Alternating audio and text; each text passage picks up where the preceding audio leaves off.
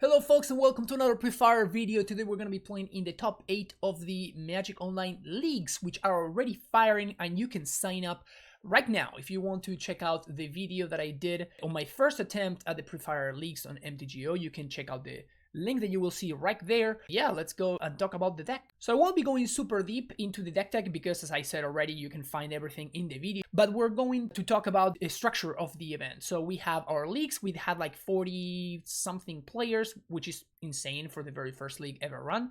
And what we are doing is the top 8 of those players will play in a single elimination bracket.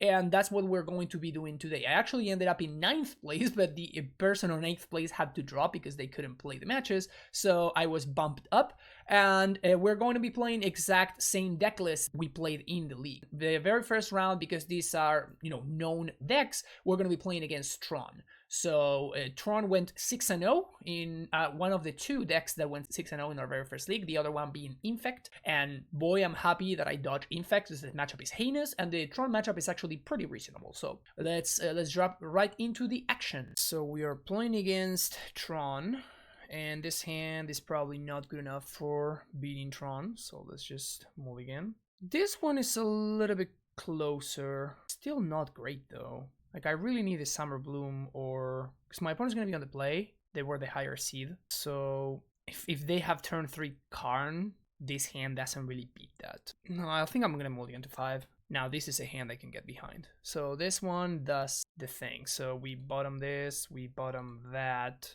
And this is a hand that beats Tron, because this hand wins on turn 2. Point on a mul to 4. And leading on Sanctum of Ogin.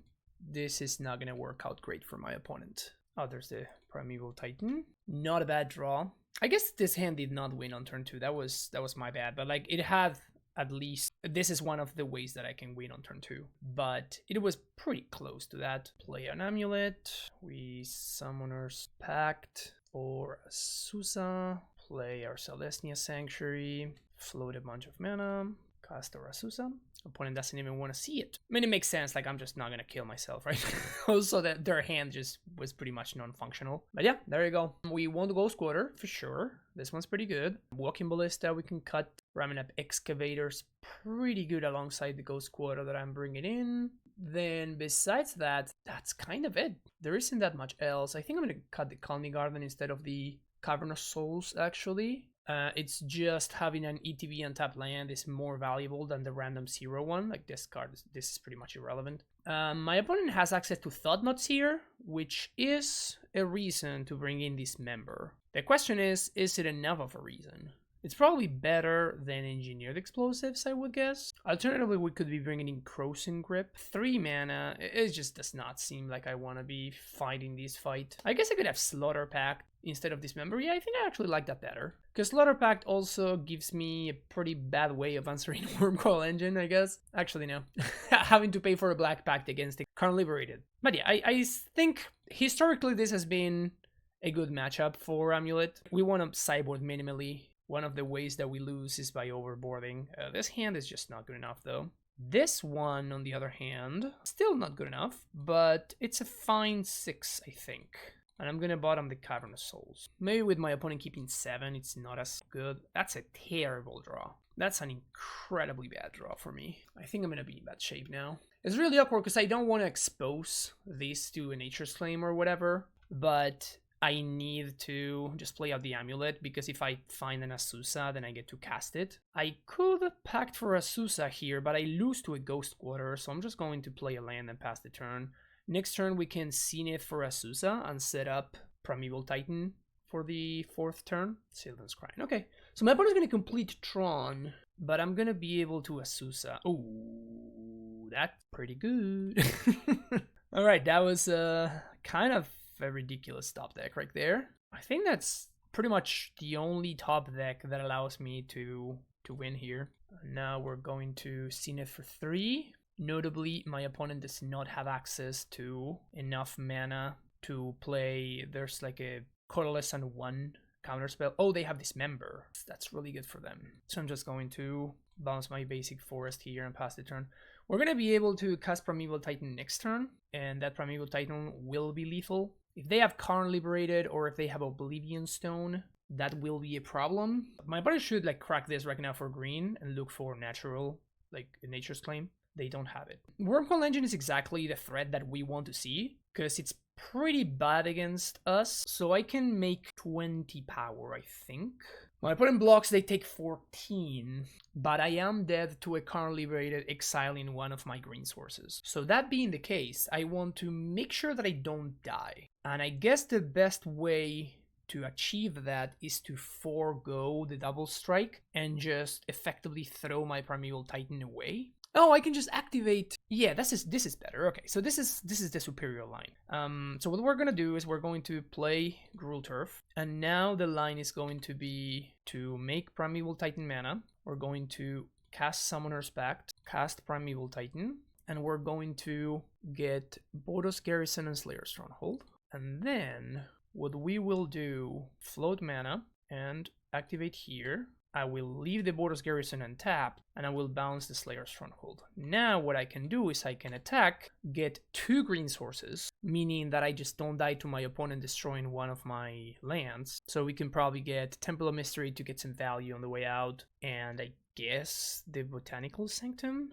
I did kind of mess this up. I should have bounced the Gruul Turf so that next turn I can use the Semi-Growth Chamber in order to transmute. Because now, although I guess I can just use the Botanical Sanctum. Yeah, it was still a mistake. And now we're going to float some mana and activate the Double Strike. And now if my opponent goes Karn Liberated or exile my Semi-Growth Chamber, we still have mana to pay for Pact. Gonna bottom that land. This is a forced chump block here because of the Double Strike. The Wormcoil Engine will not trade with my Primeval Titan. And Wormcoil Engine is a fantastic threat from the Tron deck, and I think my opponent was actually on the full 4 Wormcoils in their list. But it is the one threat that I'm most excited to see. The one I'm least excited to see would be Ulamog. If my opponent here goes Tower Ulamog, they can exile my Primeval Titan. Or I guess I would die to that because they just exile both of my green sources and I die on my upkeep. So I would just lose. But even like a Karn Liberated would be kind of annoying here. They kill my Primeval Titan, then I'm stuck paying for Pact on my next turn. Then I have to transmute. So there's the Karn, but that is not Ulamog mana, which is good for me. So this coming turn I'm going to pay for my Pact. My opponent's going to get some life back. I'm not going to be able to transmute this next turn, so I'm just going to play out the Slayer Stronghold. And then I'll go from there. Only attacking with the lifelink in 1. That's good. So they know that I have the haste land in hand, so they're just protecting their Karn Liberated. Makes sense. Pay for Pact. Yeah, I mean...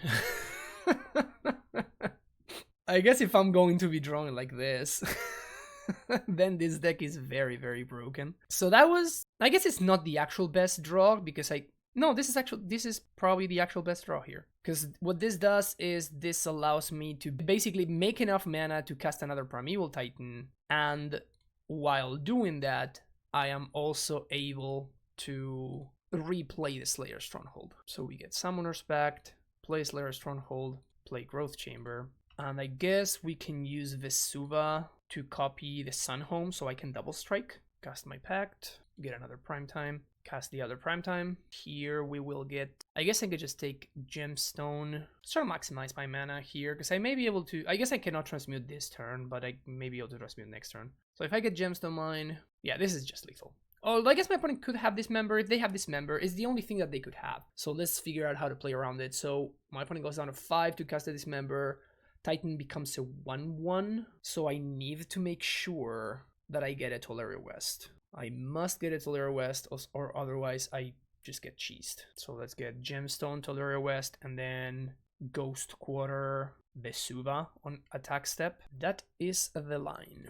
We still have a bounce land in hand already to set that up for bouncing the Tolaria West next turn. White and red. Go to combat. Go face. And you see why I was saying that this matchup has historically been pretty good for the Amulet player. It's, of course, you know, Tron is Tron, so you still get cheesed out sometimes. You know, turn 3 Karn Liberated is just very hard to beat, so you need some very specific things to go your way. But our deck is just so well suited to grind through whatever our opponents is doing. Obviously, you know, having the double Amulet was kind of insane. Like, when I top decked that Amulet, that's when I kind of knew that the game was over. it's still like overall a positive matchup. So the top of my range in terms of the power of my draws is just always gonna beat the top of the range for the Tron deck. But the average draw from the Tron deck is probably gonna beat the average draw from us. So that's why I was kind of happy to mulligan to 5 if needed during the very first game. But yeah, that was it. Let's see you for the next round. All right, so here we are for round number 2 or semifinals. This is a hand that I wouldn't keep in the abstract, but knowing that I'm up against Faeries, I think that I want to keep this. It has the single most important card in the matchup in Cavernous Souls, and then, you know, has some interaction with the engineered explosives, some preordain action. So I think that this, even though it's super and I was gonna say super slow, but now it's not slow anymore. Perfect. So let's do that instead, I guess. So we're gonna play this on Giant, and we're gonna play the Amulet of Vigor. Good draw. That definitely qualifies as a good draw. So here I can't really play Zenith for Azusa on 2. There's the Bitter Blossom.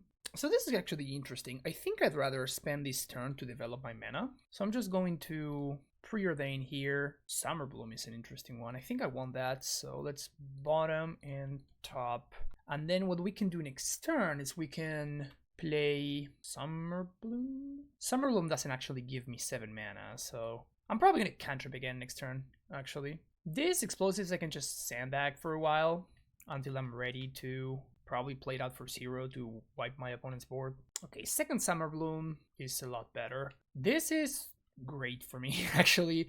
So this puts my opponent in a situation where they can... The only thing that they can really take here is the Green Sun Zenith, which leaves me in a spot where I can just double Summer Bloom, which will give me 10 mana, which means I can just transmute for a Titan, so we're still fine. So I guess they should actually take the Summer Bloom, oddly enough, and just hope that I don't find something great. And everything is because of this. Like, the fact that I top decked this Amulet of Vigor is just put me in a situation where it just like sped up my development by so much that, I mean, this Summer Blooms would have been dead had I not drawn the Amulet, but because I top decked on turn 1, which I got very lucky for doing, but because of that I was able to just, now I kind of go nuts. So I can play this Simic Growth Chamber, and that casts my Summer Bloom. This means I get to play 3 extra lands. This means I have 8 mana. So I have way more than enough mana. So what that means is I'm going to lead on preordain, because that's actually, if I find something else, it can give me more options. Am I keeping this Pact of Negation? It's unclear what I'm going to be able to pay for both pacts this turn, but I probably do want the Pact of Negation anyway for future turns, so I think that's fine. So here's this, then we're gonna cast Summer Bloom, then we're going to play 1, 2, and 3, so that's 6 mana.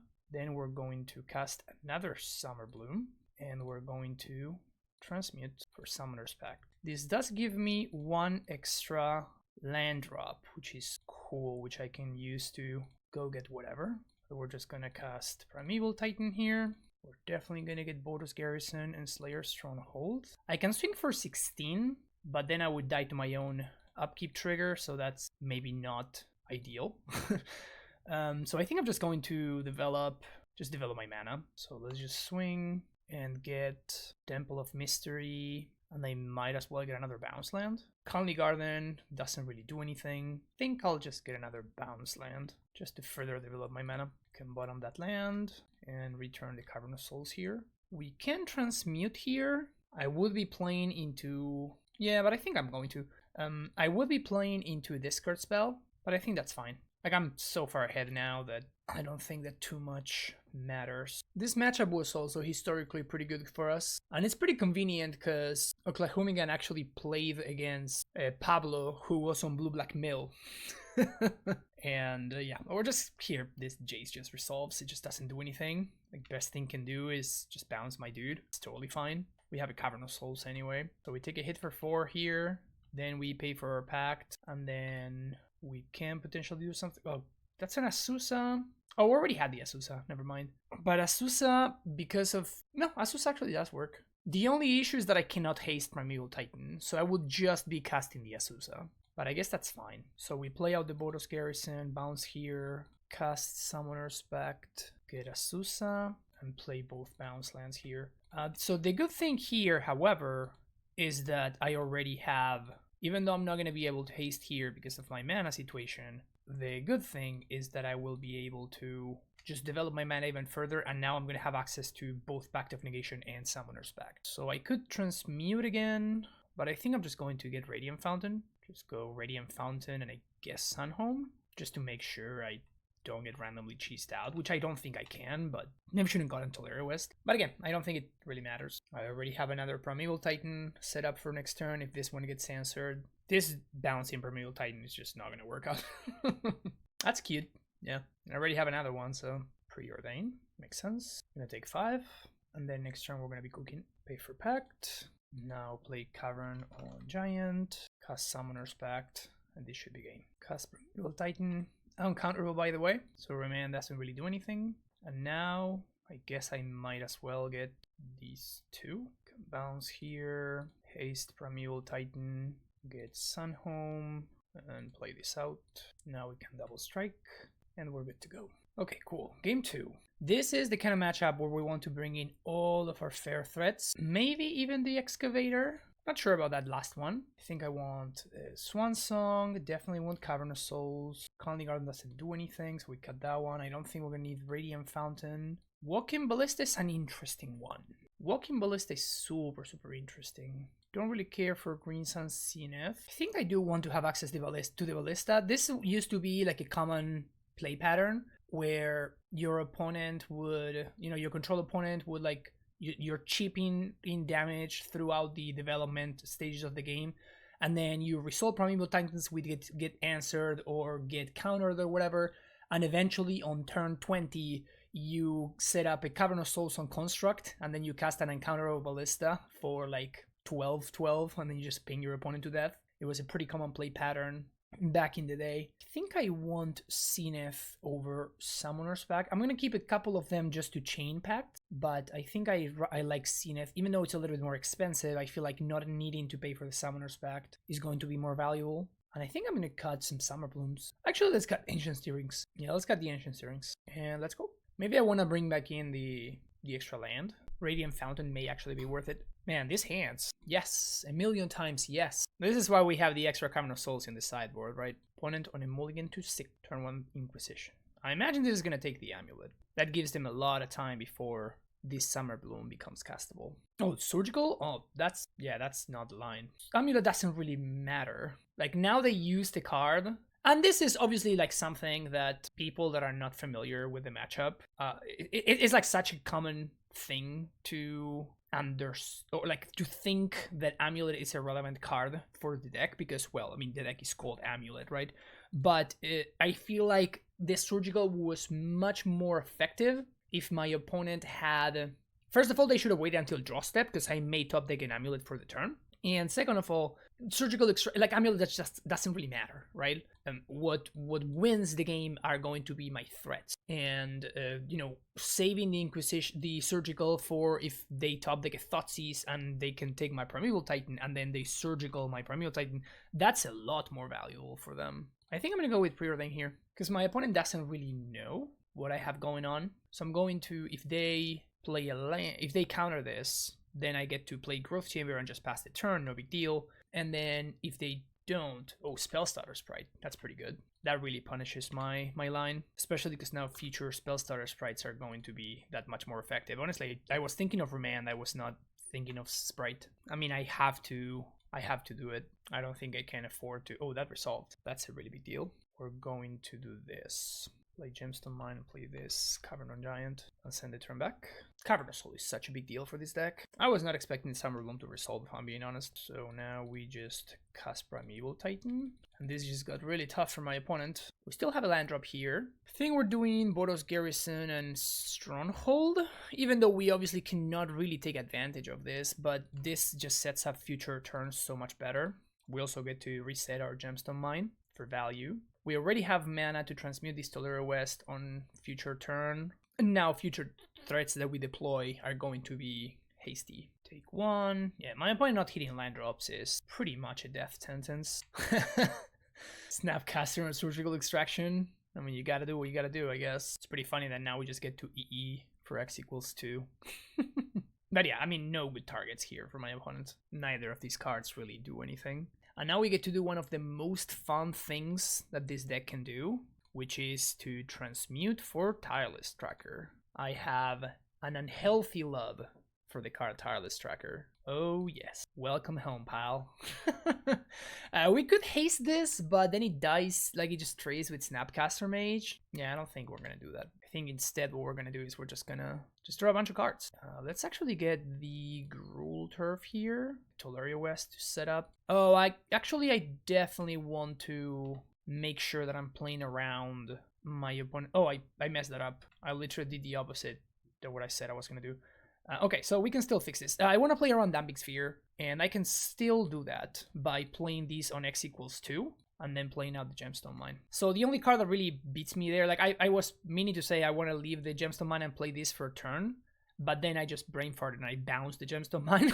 So, but still, like we can play around Damping Sphere by leaving the Engineered Explosives on 2, and then if my opponent plays the Damping Sphere, obviously just blow it up. We don't die to the Pact on our upkeep. But yeah, I actually hit 2 very good matchups on the way to the finals, so that's good for us. Well, see you for the finals then. And here we are for the finals. We're playing against the one and only IB True, aka Tom. This hand seems, I guess, reasonable. We're playing against Mardu Pyromancer. This matchup is pretty bad because my opponent has access to a bunch of this card and main deck Blood Moons, which is a pretty miserable combination for us. But this hand does something that I like, which is it doesn't care that much about this card. And like Blood Moon's gonna own us regardless, but here we have Temple Guard. I'm gonna bottom that, feels a little bit redundant. Having drawn our regular basic is not bad at all, actually. Young Pyromancer, which is my opponent's clock. That's pretty decent. Let's lead on Ancient Steerings. I think I want Growth Chamber here. And I'm going to put some pressure on him by playing out the Amulet here. He can go Blood Moon right now. And if he does, that really sucks. But what we can do is we can actually play out a bounce land. And we don't have to bounce one because there's a Blood Moon in play, which would develop our mana up to 4. And then we can just pack for a Reclamation Sage to blow up the Blood Moon. If my opponent has something to follow it up, we're probably dead. But if they don't, we may be in okay shape. Also, if he has an answer to the Amulet, that sucks, but it's fine. But if he doesn't, then we're going to be able to do some cool stuff next turn. He's going to need some form of disruption here. There's a land, goes for another basic, and there's the Blood Moon. So we're going to take 2. And now, again, if he has... the deck lists are public, so I know that his only way to kill me here is to just play a second Blood Moon. So he actually doesn't have any main deck ways of destroying my land. So we can just go ahead and we can just use this window to play out the Reclamation Sage. Next turn we can just pay for our Pact and we move on with our game. But this is pretty much our only answer main deck to Blood Moon, because the other alternative would be to just play an Engineered Explosive for 3, which we probably won't be able to maximize. So obviously, if he has the Moon right now, he just plays it and we die on upkeep. So if the best thing he can do, yeah, I was going to say, if the best thing he can do is this, then that's pretty good for us. Because now we pay for our Pact and then we play a bounce land, bounce here. And now next turn, we're casting a Primeval Titan, which should put us in a pretty decent spot. If we're able to steal game 1, that would be very fortunate. Looks like we're going to be in pretty good shape. Take 3. Oh, yeah, we actually cannot cast that, unfortunately, but that's fine. We're gonna cast a 6/6 boy, and let's get Colony Garden, and he does have access to a Singleton Liliana, so I'm going to get the Colony Garden here, and we pass the turn. We can use Engineered Explosives for 0 in order to clear the board, which is pretty nice. None of the cards in my hand really matter right here. He does have Dreadbore and Terminate. My hand is pure gas. All we really have to do is just dodge stupid Blood Moon. He correctly takes the Amulet, and there's the Dreadbore. So this is 1, 2, 3, 4, 5. So I'll just take the block. We take 5, go to 10. Then next turn, play another Primeval Titan. We gain 4 more life. Yeah, I think this is fine. Pact of Negation is a very nice one. So 7 mana. We're going to get a Primeval Titan here. And we can get Boros Garrison, Vesuva. So what this does is it allows me to copy the Colony Garden and bounce the Radiant Fountain, so I can recast the Radiant Fountain and send the turn back. And now that we naturally drew the Pact of Negation, I think we are in pretty much great shape. I guess we did find the other answer to Blood Moon, after all. Faithless Looting. Okay, so he's digging. Man, this deck is such a masterpiece. Just using Faithless Looting as an engine, it's kind of sick. Notably, because he was trying to play around Blood Moon earlier in the game, and he did not fetch for a second red source, so Bedlam Reveler doesn't really do anything here. He did discard 2 red sources though. We do have enough mana here to pact for another Primeval Titan and transmute for explosives and play it for 0. Collective Brutality, pitching the last card in hand. So he's draining and discarding. So I guess that's fine. We just let him see the Pact of Negation or the Summoner's Pact. Like, it doesn't matter. We're just going to transmute. We're going to take 7 down to 3, but then we get to attack with Prime Time, which allows us to clear the board. He can't attack with the Young Pyromancer. Takes Summerbloom? So now we can actually take a quick chump here, because we can, if he has Liliana, we can just pact it. And now we just kind of have enough mana to do everything. So transmute Teleria West, get explosives, cast it for 0. Then Summoner's Pact, say yes. Another Prime Time, cast it, say yes. Get Bounce Land, guess 2 of them. Bounce here, replay Radiant Fountain. And now we serve for 6. We get Teleria West and Slayer Stronghold. Pass the turn. And now we're at 7. We have a counter for whatever he plays. Engineered Explosives clears the way. This deck is such a masterpiece. Yeah, it's just a suicide attack. Okay, we stole game 1, which is huge. Really big deal. So we want Verjuga Bog.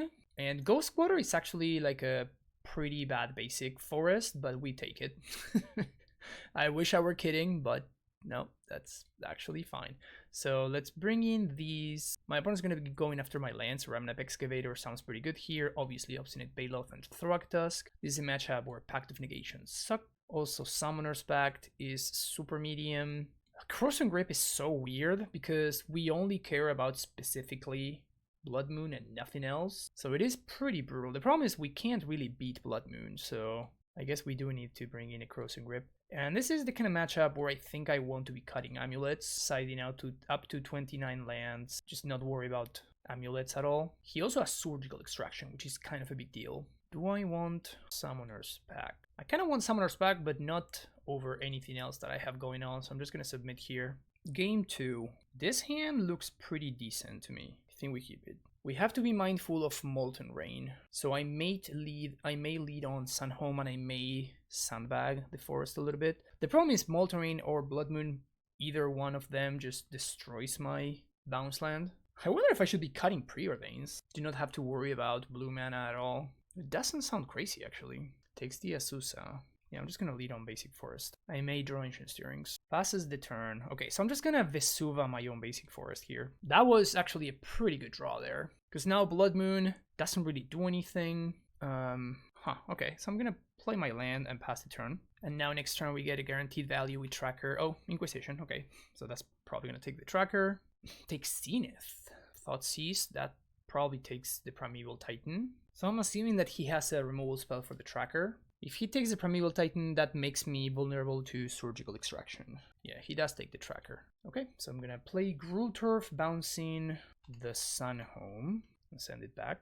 Now if he has Molten Rain, he has to blow up the Gruul Turf. But I'm not gonna bounce my Vesuva, because Vesuva is actually quite valuable as a copy of Basic Forest.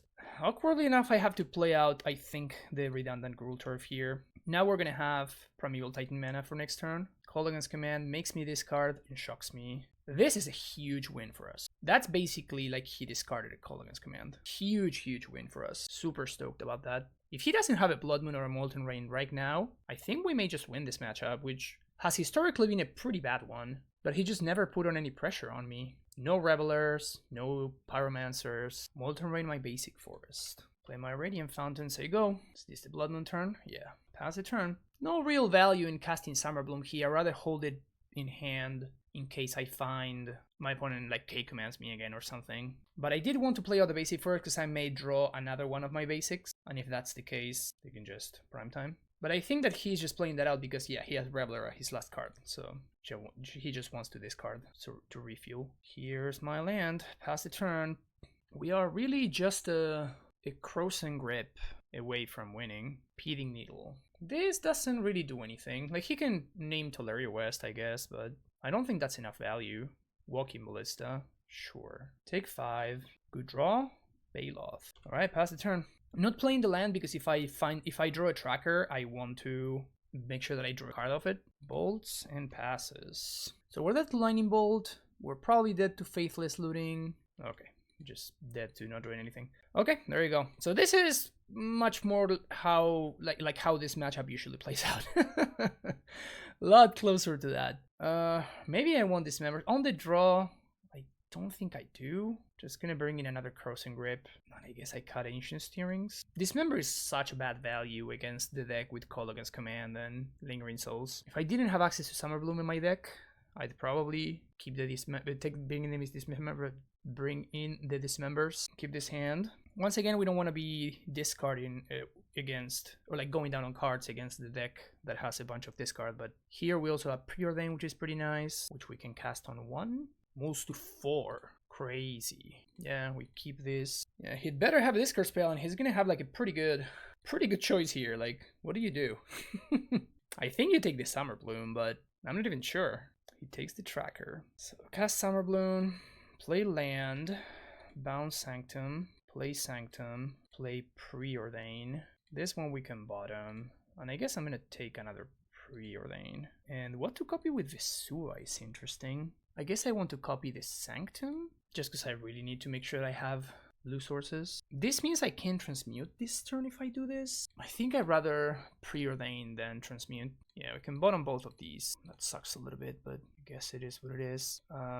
Play this out. I'm gonna bounce the Sun home and send the turn back. So next turn, if we draw any untapped land, we can transmute for Titan. Please don't Bloodman me. Yeah, he has it. Now, oh, 1 turn too late. I'm holding onto the Sun home for K-Command. It's got the Thoughtseize. That takes care of the Green Sun Zenith. At least Azusa stops my opponent's attack, funnily enough. I think I hold on to that. It makes my opponent's discard spells live, but okay. Pass the turn.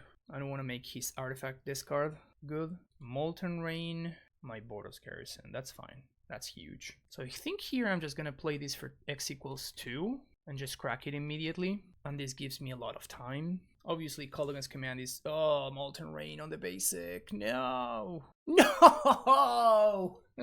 That's wild. Please don't Reveler me. That's a Reveler. So bad for me. So now he has a clock. He has 4 cards in hand. Another young Pyromancer. Now we're in a lot of trouble. We take 6 damage. And yeah, now we're just dead. Maybe he'll Call Against Command me or something like that. I don't know. I can only hope. Though at this point it's better for him to Call Against Command to get back the young Pyromancer. Man, that deck is so sick. I love this deck. Yeah, we just got absolutely demolished. Absolutely destroyed by some pretty nasty combination of Molten Rain and some Blood Moons. That was cool. Alright, congratulations, Tom. That was a lot of fun. And there you go, folks. That's it for this video. Thank you so much for watching. My final thoughts on Summer Bloom are that this is going to be the floor, right? Like, this is the very first shot that I tried at the deck, so it can only get better from here. And the fact that the ways of interacting, even though they exist, are very narrow, pretty much limited to Spell Pierce, Spell Snare, or maybe something like Nature's Claim or whatever. So I feel like it's not fair to have the entirety of the format limited by a card like this. As I have seen so far, we are, at this point, at the point of this recording, we are 3.5 weeks into the format, and I think that I am getting overall a vibe of the power level that the format is going to have, and it seems like Summer Bloom may be too much for that power level. If things do change in the future, and the power level of the format does raise, which I do expect to happen, I would consider this again. But as the time of posting this video, I will officially be saying that Summer Bloom is going to be banned. I think that it may be a little bit too much, and it's just a little bit too narrow. So it's like only for this deck, not any other decks get hurt by this banning, which is good. But I think that it doesn't necessarily make the format better that this card exists, and I think that it's cool for that to be the case. So Summer Bloom will be banned. I don't discard again that it could be unbanned if the overall power level of the format does rise, but until that is the case, this one will be in the ban list officially. So this will be the very first card that goes from watch list into ban list. I did already suspect that this was going to be the case, but I didn't know until I actually played some games like where the power level was going to sit. And I think that it is, overall, my feel has been that it is stronger than what Modern was, but definitely much weaker than what Modern is, funnily enough. But Summer Bloom is too much for a format at that power level. We will see where things go from here, but as of right now, this is banned. So hopefully, if you enjoyed this deck, you, well, enjoyed it for the first couple of leagues that we run here. And if you didn't, I'm sorry, but you can probably go try something else instead. There's a lot of things to try and a lot of broken cards to explore. But that's going to be it for me today, folks. Thank you so much for watching, and I'll see you in the next video. Hope you are enjoying PreFIRE, and please let me know in the comments what you think about it. And I'll see you in the next one. Take care, and bye-bye.